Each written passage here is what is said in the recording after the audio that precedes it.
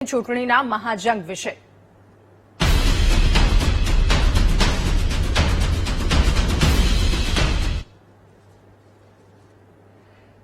તો સ્થાનિક સ્વરાજ્યની ચૂંટણી જીતવા માટે ભાજપ એડી ચોટીનું જોર લગાવી રહ્યું છે। ભાજપના દિગ્ગજ નેતાઓ પ્રચાર માટે મેદાને ઉતર્યા છે।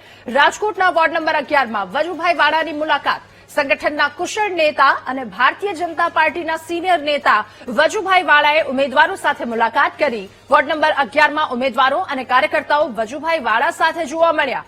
ગુજરાતના પૂર્વ નાણામંત્રી અને કર્ણાટકના રાજ્યપાલ રહી ચૂક્યા છે વજુભાઈ વાળા। પ્રધાનમંત્રી નરેન્દ્ર મોદી માટે વજુભાઈ વાળાએ પોતાની સીટ ખાલી કરી હતી।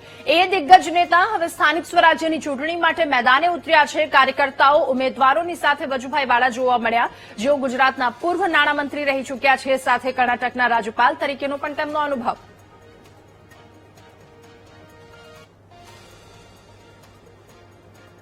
અને અમદાવાદમાં સ્થાનિક સ્વરાજ્યની ચૂંટણીમાં મતદારોને રીઝવવા ઉમેદવારો દ્વારા પ્રયાસો કરવામાં આવી રહ્યા છે। પાલડી વોર્ડમાં ભાજપના ઉમેદવાર જૈનિક વકીલ ચૂંટણી પ્રચારમાં નીકળ્યા અને ભાજપના ઉમેદવારો ડોર ટુ ડોર પ્રચાર કરી રહ્યા છે। તો પાલડીમાં છેલ્લા 5 વર્ષમાં 500 કરોડથી વધારેના વિકાસ કાર્યો કર્યાનો ઉમેદવારે દાવો કર્યો। મહિલા અનામત બિલ મુદ્દે કોંગ્રેસ પર આકરા પ્રહાર પણ તેમણે કર્યા છે।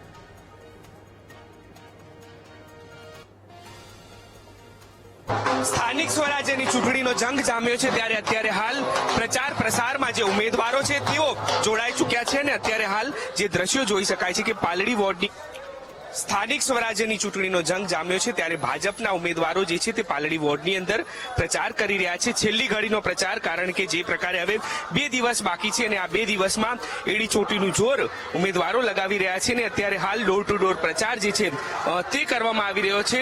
જૈનિક વકીલ આપણી સાથે છે ઉમેદવાર, તેમની સાથે વાત કરીશું। જૈનિકભાઈ, 2 દિવસ બાકી છેલ્લી ઘડીનો પ્રચાર કરી રહ્યા છો, લોકો વચ્ચે જઈ રહ્યા છો, કયા મુદ્દાઓ સાથે? સતત છેલ્લા 21 વર્ષથી કોર્પોરેશનમાં ભારતીય જનતા પાર્ટીનું બોર્ડ ચાલે છે અને 21 વર્ષમાં અનેકવિધ કાર્યો કર્યા છે।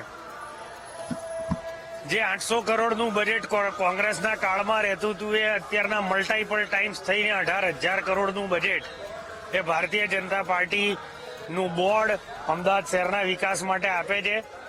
પાલડી વિસ્તારની વાત કરું તો છેલ્લા 5 વર્ષમાં કુલ મિલાકર 500 કરોડ રૂપિયા જેટલા વિકાસના કાર્યો થયા છે અને રોડ રિસર્ફેસિંગના હોય, વોટર ટેન્કના હોય, સ્ટ્રોમ વોટર લાઇનના હોય, કોઈ પણ કામો હોય, ધાર્મિક સ્થાનો પર સોલર સિસ્ટમ લગાવવાનું હોય, સોસાયટીના પેવર બ્લોક હોય, સોસાયટીના ડેકોરેટિવ બાકડા લગાવવાનું કામ હોય, એમ અનેકવિધ કાર્યો ભારતીય જનતા પાર્ટી દ્વારા વિસ્તારમાં કરવામાં આવે છે।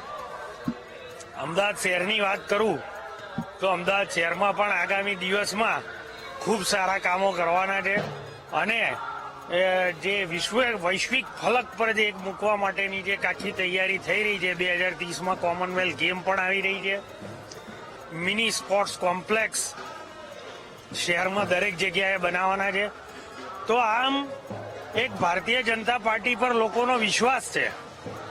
એક સ્માર્ટ ડિસિઝન લઈ પાક્કા ઈરાદાથી લોકોની કમ્ફર્ટ, કન્વીનિયન્સ અને કોન્ફિડન્સ વધે તેવા અનેકવિધ કાર્યો કરવાના છે અને મને વિશ્વાસ છે કે પ્રજા ભારતીય જનતા પાર્ટી જંગી બહુમતીથી પાર્ટી મત વિસ્તારમાં વર્ષોથી ચૂંટતી આવી છે અને હવે પછી પણ ચૂંટશે। બેન, આપ યુવા ઉમેદવાર છો અને લોકો વચ્ચે પહેલી વાર જઈ રહ્યા છો, કયા મુદ્દા અને શું વિઝન છે આપનું લોકો માટે સેવા કરવા માટે? પહેલા તો યુવા વર્ગને આગળ લઈ જવા માટેનું સૌથી મોટું પ્રોત્સાહન જે નરેન્દ્ર મોદી સાહેબ આપી રહ્યા છે એને સૌથી વધારે આગળ વધારીશું। અને બીજું, જે મહિલા બિલનું જે રિજેક્શન કરવામાં આવ્યું છે, એક મહિલા શું કરી શકે છે, આ ઇલેક્શન પછી અમે બતાવવા માંગીએ છીએ કે મહિલા સશક્તિકરણનો કેટલો મોટો ફાયદો હોય છે। બિલકુલ, તમામ જે ઉમેદવારો છે તેઓ અત્યારે હાલ ડોર ટુ ડોર પ્રચાર કરી રહ્યા છે અને જે દ્રશ્યો જોઈ શકાય છે કે આ તમામ ઉમેદવારો જે છે તેઓ લોકોના ઘરે જઈ અને સંપર્ક કરી રહ્યા છે, લોકોને જવાનો પ્રયાસ કરી રહ્યા છે। એટલે કે ક્યાંક જે પ્રકારે અત્યારે હાલ છેલ્લી ઘડીનો પ્રચાર, એ પણ પ્રચંડ પ્રચાર જે છે તે ભાજપના જે તમામ ઉમેદવારો છે તેમના દ્વારા કરવામાં આવી રહ્યો છે અને પાલડી વોર્ડના દ્રશ્યો કે પ્રચાર માટે તમામ ઉમેદવારો અને કાર્યકર્તાઓ નીકળ્યા છે। કેમેરામેન અજય પટેલ સાથે દીપક સોલંકી, VTV ન્યૂઝ, અમદાવાદ।